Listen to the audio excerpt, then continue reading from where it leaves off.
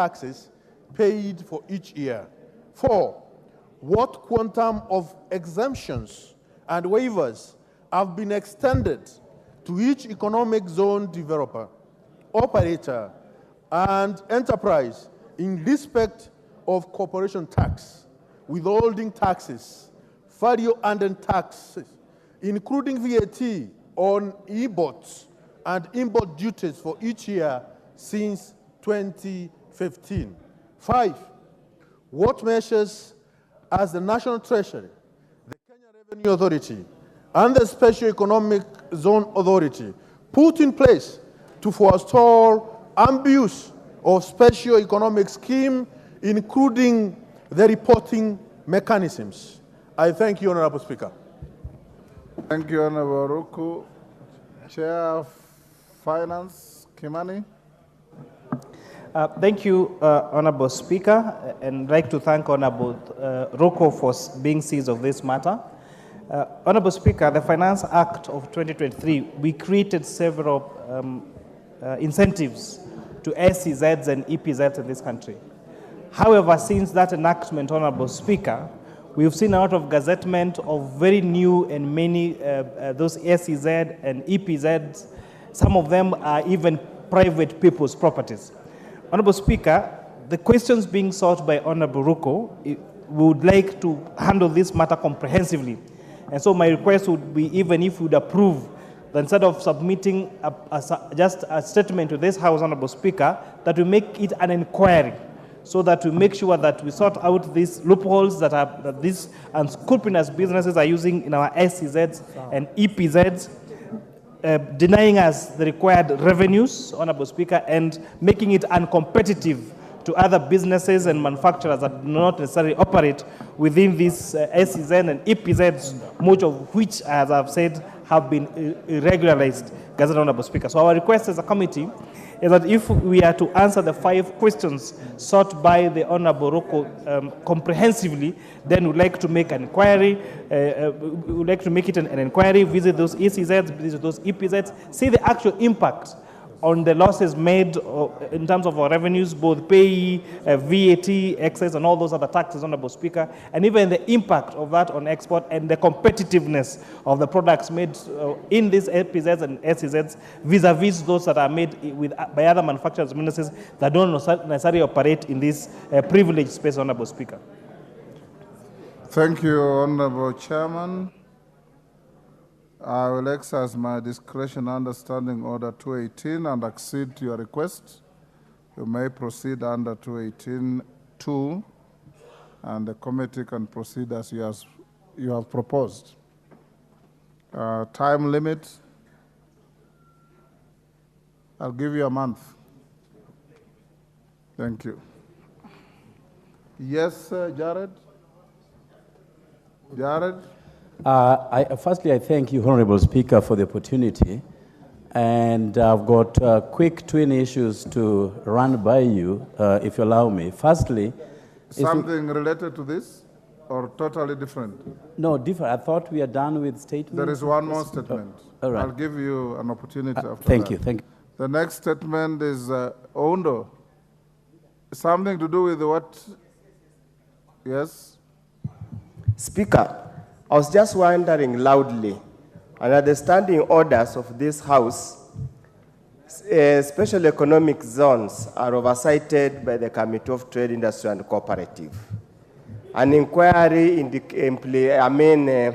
thought of through by the chair of the Committee of Finance, probably it would have been appropriate if there could be some kind of collaboration or a joint committee, because occasionally the same issues, we grapple with the same issues in our committee to wonder what's the economic impact of the incentives, or do they simply amount to tax expenditures that are adding no value to the economy of this country. So I was just seeking your indulgence if you could make it a joint committee. When the statement came to me, take your seat, I actually thought in that direction, but when I read it carefully, it is dealing with matters of taxes and finance, much more than trade.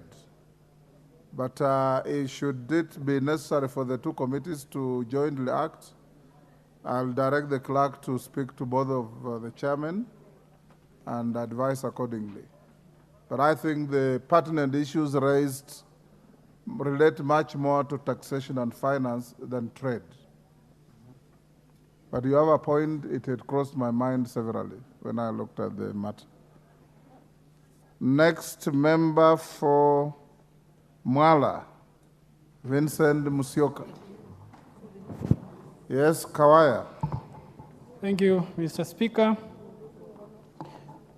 Honorable Speaker, pursuant to the provisions of Standing Order 44-2C, I rise to request for a statement from the chairperson of the Departmental Committee on Administration and Internal Security regarding the mysterious death and cremation of Mr. William Alfred Mulwa Mutilangi, a Kenyan citizen of passport number CK32227.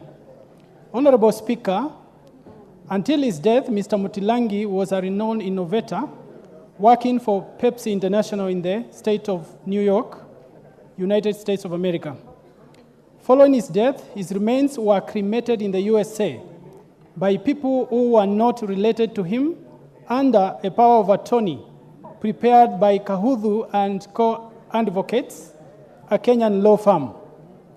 The power of the attorney was obtained by one Mr. Bakari, an alleged Tanzanian national who claimed to be the deceased son. Honorable Speaker, of note, the deceased relatives were neither aware nor informed of the cremation, and this raises concerns on the motive and the hurried cremation. The family of the deceased has not been able to establish the cause of death because the funeral home where the remains of Mr. Mutilangi had been preserved declined to provide information, citing that it was receiving many inquiries from multiple interested parties. Honorable Speaker, it is against this background that I seek a statement from the chairperson of the Departmental Committee on Administration and Internal Security on the following matters. 1, what is the status of investigations into the suspicious hospitalization, mysterious death, and hurried cremation of Mr. Mutilangi in the USA under a power of attorney by Kahudhu and advocates under unclear circumstances without involvement of the family of the deceased? 2, what steps has the government taken to ensure that all perpetrators of the death and the issuers of the suspicious power of attorney for the cremation of Mr. Mutilangi are brought to book and prosecuted? 3, what actions has the government taken to ensure that Mr. Mutilangi's family is protected from threats by persons likely to be associated with his death, including securing them from being disinherited from the estate of their deceased kin?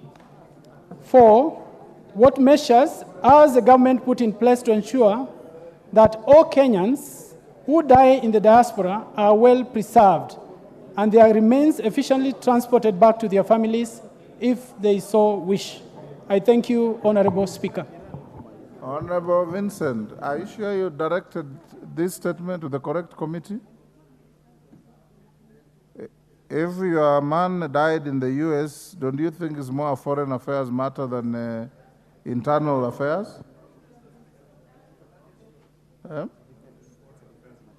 Yes, Raso? Just let me hear Raso. Okay. Give to Dida Raso. Mr. Speaker, I think you are right, Yes. because that is a matter for foreign affairs and not actually Ministry of Interior, because the death happened in a foreign land.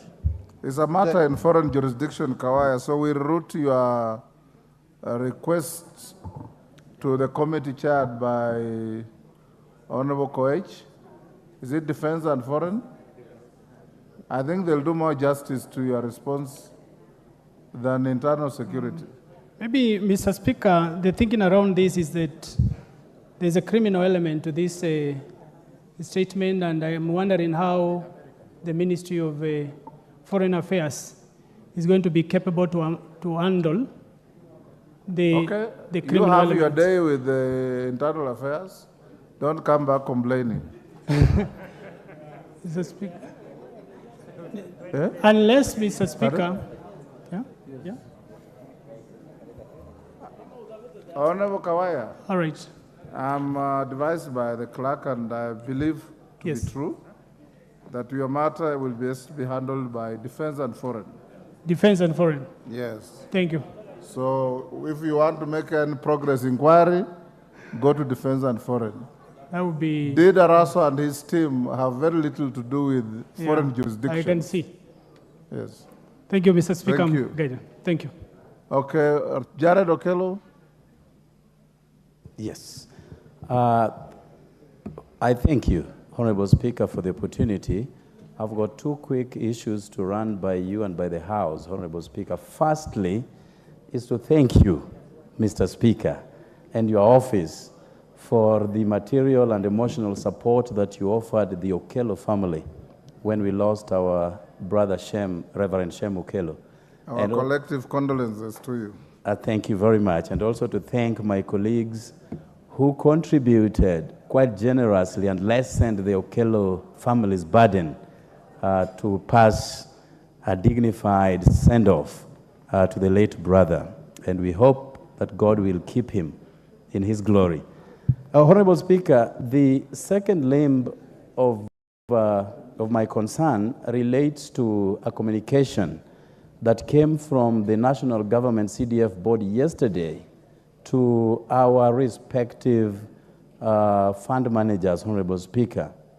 Now, in that communication, all the fund managers are required to recall the proposals and remove anything touching on toilets to junior secondary schools, Honorable Speaker.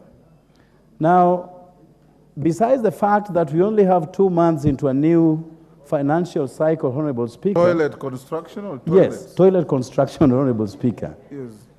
Toilet construction. Yes. So we only have 2 months into a new financial year, Honorable Speaker. But again, they are putting emphasis on building classrooms and not toilets, Honorable Speaker.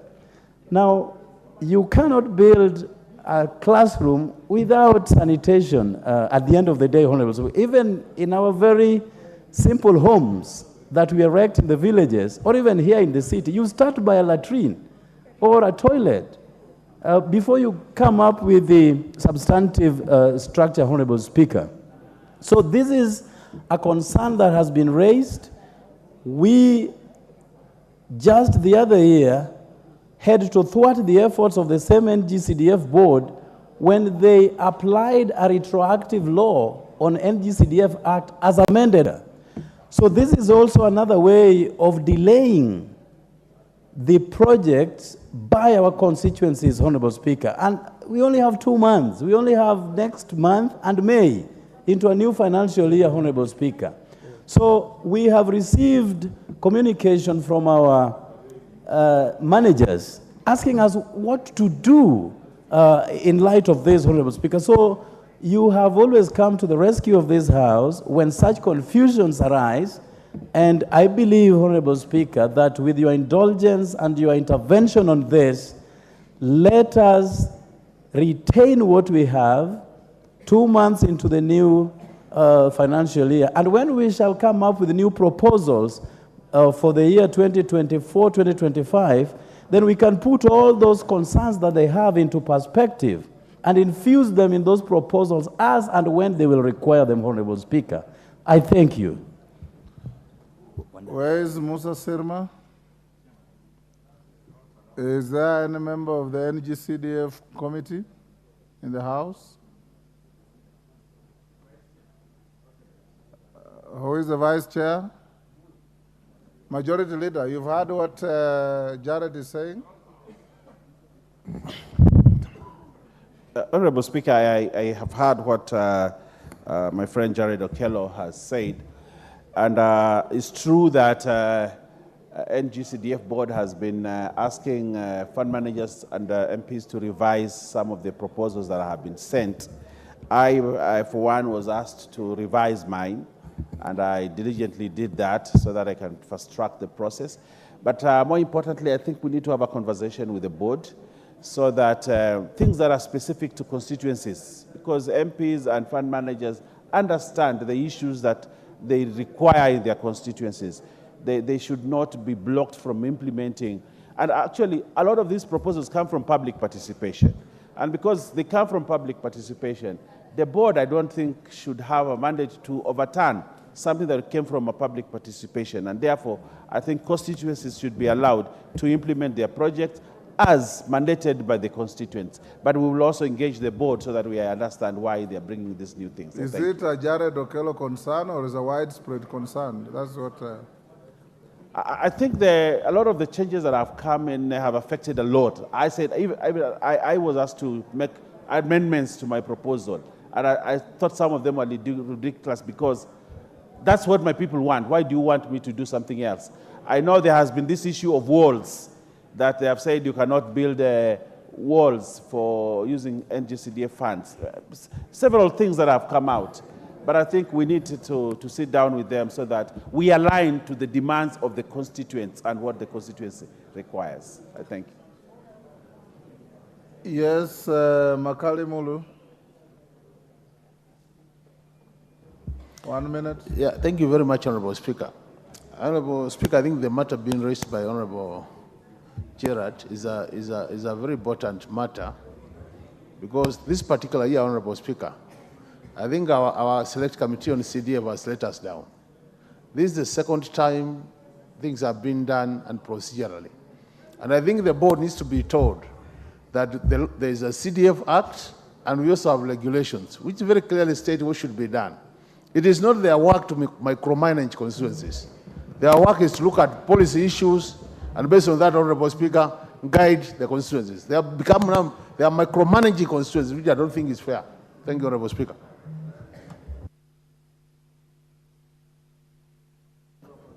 Yeah, thank you, Honorable Speaker. Honorable Speaker, as a first-time member of Parliament, the only resource that I have to serve the people who elected me is the CDF. And the board guided me to go to the people and come up with proposals that were supposed to be implemented over a 2-year period. Those proposals were documented, discussed, and verified by the people in confirmation meetings.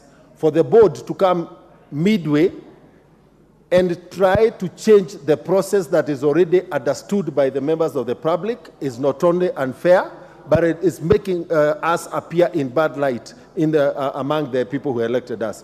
Honorable Speaker, the fact that we are 2 months to the end of the financial year and the board is still playing back and forth. Made your point. Nikal? Thank you, Mr. Speaker. I think the most important thing that the board for NGCDF should do now is to disburse money. To come with problems here and there, bringing the proposals back and forth is basically a delaying tactic. We are far gone into the year, we need the money. You can't build classrooms, add more children, and you don't put toilets. What we need, let us have the money and use it. The year is ending. Thank you, Mr. Speaker. Mbui? Mr. Speaker, you know, I think the CDF board is going overboard because the mandate is just basically to implement what members get from the general public. And Mr. Speaker, there is a law that we use for NGCDF. And that law does not prohibit any constituency from building a perimeter wall for a school. Because, Mr. Speaker, the school could be full of children that sneak out at night and they needed a wall so that they can be kept in. There is no law that prohibits a school from building toilets for their children. So these members of the board need to be careful, Mr. Speaker, and stop breaking the law. I think, Mr. Speaker, this one we must stand firm and say no. Let those things that the public want done in our schools be done as per the law. Mutunga?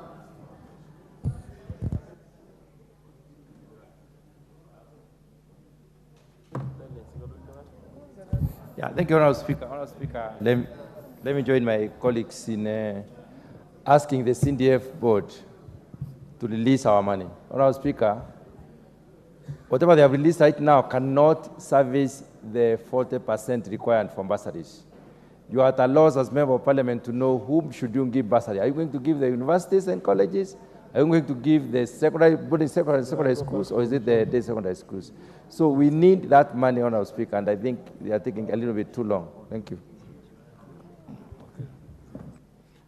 I think we'll end there. Where is Musa Sirma? Is not here. Owen Bayer, you're directed to get Musa Sirma to bring a statement tomorrow at 2:30 on this matter.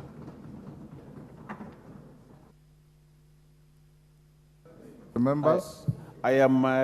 It is not true that the board's duty is only to disburse money, but if what you are complaining is true, they're also overreaching themselves. Okay. So get Musa Sirma. I am unreliably informed that Musa Sirma might be out of the country. Is out of the country? Yes. Who is the vice chair of the committee? I think it's Honorable Tandaza. Tandaza Sawa is the vice chair. Tandaza has been here. Yes, he's around. So tell him to bring a statement tomorrow at 2:30. Okay. Much obliged, Mr. Speaker. Before we go to the next order, allow me to acknowledge the following institutions in our galleries, both public and Speaker's Gallery. In the Speaker's Gallery, we have Mamangina University, Gatundu South, Kiambu. We have Ikuda Boys Secondary School from Kitui South, Kitui. We have Kiongwani Secondary School from Kilome, Makueni. In the public gallery, we have Karai Day Secondary School from Kikuyu, Kiambu. Tengecha Boys Secondary School from Bureti, Kericho. Kihato Girls Secondary School from Kurweni, Nyeri. Wamutitu Secondary School from Kurweni, Nyeri. On behalf of the Speaker and the whole House, I welcome the students and their teachers to the House of Parliament. Next order. Order number 8, motion, report of the Auditor General on financial statements of selected state corporations. Mover to reply. Honorable members, I've been requested by the chairperson of Special Funds Accounts Committee to reorganize the order paper, and I've acceded that by the time we possibly reach order number 15, she will have left to go and observe her religious rights and duties. So I direct that that order be moved to Thursday morning. And honorable members, House Business directed that you'll have a sitting on Thursday morning from 9:30.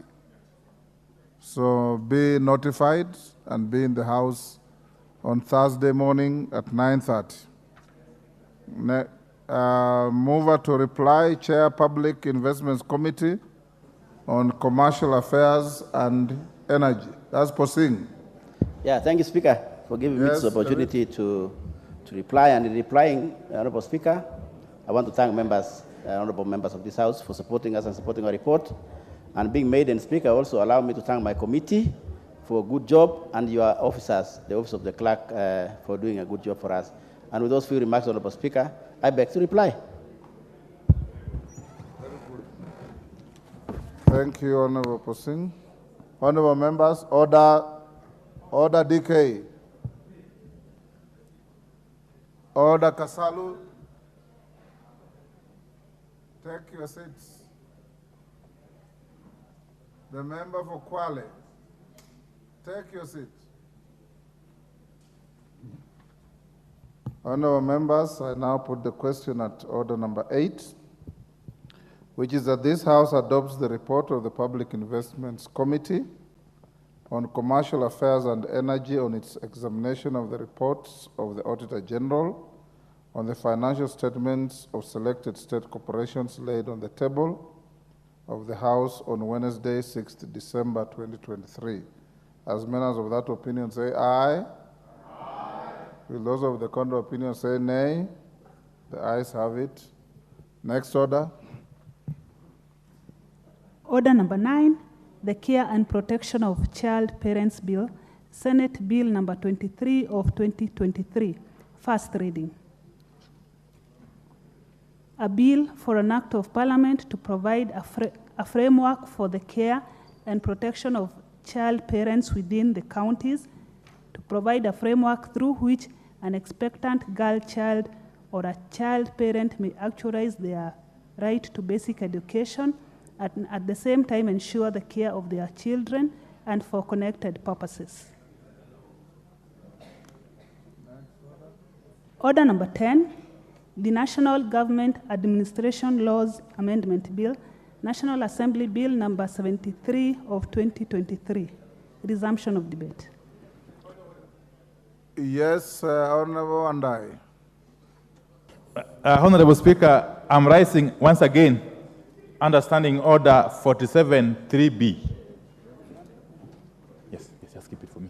Honorable Speaker, I just want to seek your indulgence. When you say you are rising again, did you rise before? I had risen some time last week on the same standing order, but for today, allow me to just seek your indulgence for me to raise certain issues. Standing order number? 47-3B, read together with the celebrated ruling of Speaker J.B. Muturi. Let me get you right. You rose on this same issue within this same debate? No. I'm so rising. What do you mean by rising again?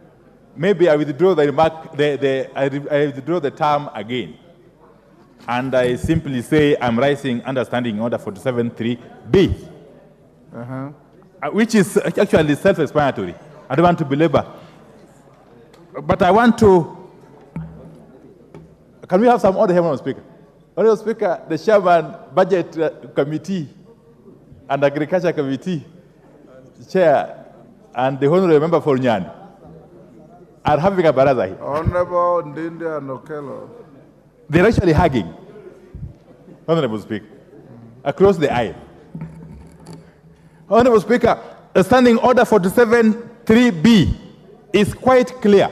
It's quite unambiguous. And if the Speaker is of the opinion that any proposed motion, and the motion here refers to both motions and bills, Honorable Speaker. I know so. Okay, thank you. Yes. At B is contrary to the Constitution or an act of Parliament without expressly proposing appropriate amendment to the Constitution of or the Act of Parliament. Then you go further. The Speaker may direct that either the motion is inadmissible or that notice of it cannot be given without such alteration as the Speaker may approve, or that the motion be referred to the relevant committee of the Assembly, pursuant to Article 114(2) of the Constitution. But I want to take you back, Honorable Speaker, to take you to the now celebrated ruling by your predecessor, the Right Honorable J.B. Muturi. Honorable Speaker, the Honorable J.B. Muturi, on 21st December 2021, in a ruling on the constitutionality of the Proceeds of Crime and Anti-Money Laundering Amendment Bill, had this to say, very, very briefly. Had this to say, I can see the clerk is consulting with you. Okay. The Honorable Muturi, in his ruling on this particular day, was simply saying that before I guide the House on the pertinent questions for determination, it is worth noting that Articles 3 and 10 of the Constitution oblige the Chair to respect, uphold, and defend the Constitution.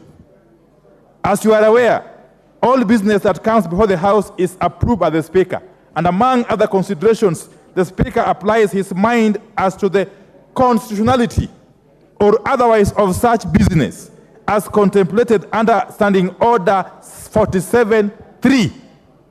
Let me also hasten to add that notwithstanding the approval of any business by the chair here implies the Speaker, under the standing orders, it has now become an established parliamentary practice of this House that a question of the constitutionality or otherwise of any matter under consideration by the House may be raised at any stage of its consideration.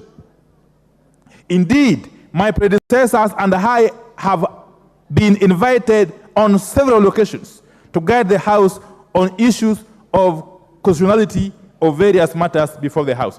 Honorable Speaker, that ruling read together with the Standing Order 47.3b